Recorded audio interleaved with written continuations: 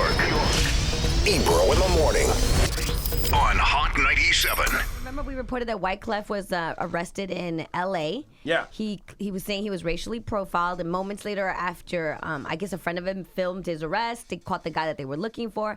Now Wyclef says he's, who are you calling? Wyclef. Oh, okay. So he says he really doesn't have a problem with the fact that he was stopped in Hollywood. He was like, the issue is with the sheriff's narrative. Do we have audio? Do we have audio in the system about that? Yeah. Hello? No, today. Yo, Clef. Oh. Ebro, what's up, my brother, man? You're live on the radio right now, sir. Hot 97, Ebro in the Morning. We have Wyclef Jean. Hey, what Clef. was Hi, the Clef. quote, Laura What's Stiles? up, my families? Hi, Clef. This is Laura Stiles. Look, when I read the article on TMZ, it quoted you as saying that you really didn't have a problem with the fact that you were stopped. It's more with your issues with the sheriff's narrative. Yes. Can you expound on that, sir? Explain that. What I wanted to do was, because every time we stop, the first card where they always get us on is the racial profile card, you know? So I didn't want to say, oh, I'm stopped as a black man. We already know the routine of the police and racial profiling. Even after the apology, what bothered me was the fact that the information was tampered with. When I got out the car, they already was on me. So for me to have gone to my trunk, they basically would have to get off of me, and then I would have to go to my trunk.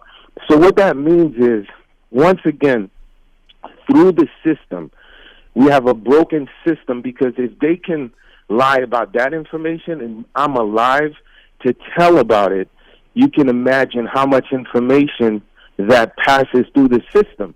So it makes me go back and think of how many cases where they said, you know, someone had a gun, or they didn't think that somebody was pulling a wallet, they thought it was a gun.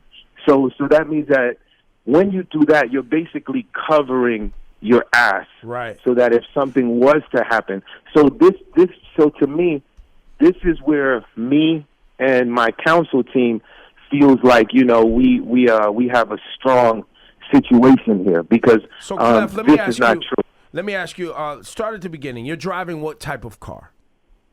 Well, I'm not driving. I'm basically getting dropped off at the studio. We was coming from a session with T-Baby. And I'm in the car, and then we all leaving his. Wait, hang on, Clef. We'll get to who T-Baby is, because I is that so cold in the D, T-Baby? No, T-Baby works with Major Lazer. He's one of my boys from Jamaica. Okay, very good, very good. Okay, Yeah. and then so you're not even driving; you're just a passenger. No, I'm just we call it, when after the studio session, where you going, where you going, where you going. So it's just a drop off. You feel me? Everyone's getting a drop off. Everybody's getting it. Okay. Yeah. And so you're wearing. Everyone's happy, and we getting a drop off. You're wearing a Haitian flag on your head. You already know I'm heavy red and blue, man. So when we pick up in the video, what are we seeing in the video? They pull up on you as you're getting dropped off. Not what you seeing in the video is you seeing the second half of what happened, because that's when I said roll the cameras, because I started feeling a little weird about the situation. You feel me? Okay. Because when they rolled up on me, I had my backpack. I couldn't get to no phone. Everyone was just in shock and awe. You know what I mean? Right. And so they put you next to the car, and what do they say to you? They didn't say anything to me. So check it out. So this is the part of the story which is not said. So the first person basically they stopped the car while we pulling up at the La Park, right, hotel in Hollywood. And they say to the driver of the car, get out the car, put your hands up. You see what I'm saying to you? Right. So now I'm thinking Ashton Kutcher is coming, because I'm thinking we being punked. So I'm in the passenger seat, fam, so I just chill, right? So the person gets out the car, put her hands up. While she does that, and then we have so what's crazy about that is it was really like two cars going to the studio, and then you have a lot of people passing around by the hotel, right? Right, because so then the people at the hotel, the kids are passing, starting to understand what's happening. So this is starting to look like a scene from Do the Right Thing. Because everybody's Now, outside filming. Why is Wyclef up against the car? Yeah, so basically, no, now the scheme is I'm not even out the car yet. The cop says, okay, everything is fine. You can go. I assumed that what the police was doing there, and if I was a police officer, I'd be doing the same thing, was they felt that they had the suspect on the right side of the car, which was me. But because of that situation, if we was to have a standoff with the police on that block at the La Park, it wouldn't be good for the citizens. So they was trying to fake the driver off because they felt they had the right person. So they was like, go on, not knowing that those people was dropping me off. So now, the minute they say it's cool, you can go, I get up and I go out the car. The minute I get out the car, that's when they rush me with all guns drawn. Whoa. They physically take me and bring me over to the cop car, not telling me anything. So at this point, I think it's mercenaries on me.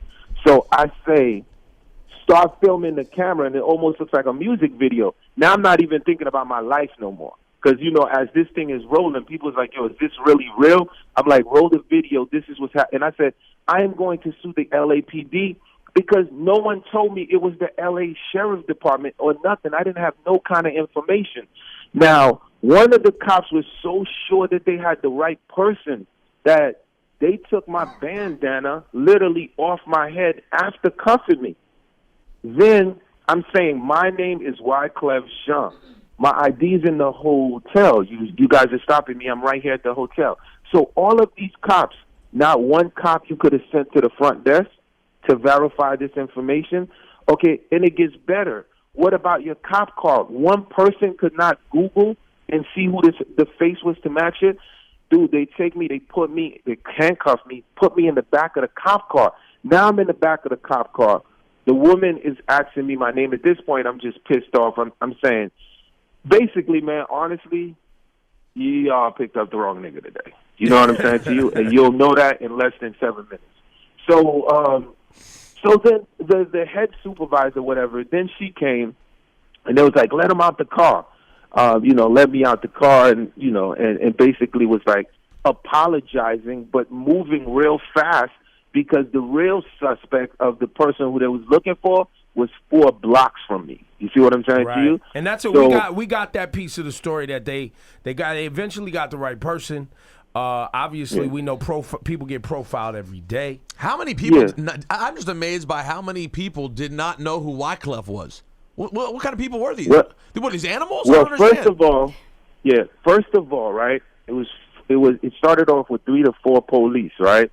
And so, like I told you, it looked like a scene from Radio Raheem, like Do the Right Thing, because everybody's like, yo, that's Wyclef. What are you doing? You see what I'm saying to you? And the cops are just in another mind frame, in another space. Now, I understand this, right? Because I have law enforcement in my family. So I don't want, like, the debate in the court to be, or how come they didn't realize that was Wyclef? I would never win on that aspect, right? The part that I want to focus on is the sheriff department saying that when I got out, I put my hands on my waist. That's not true. That I went to my trunk. Yeah, I never even heard these things before.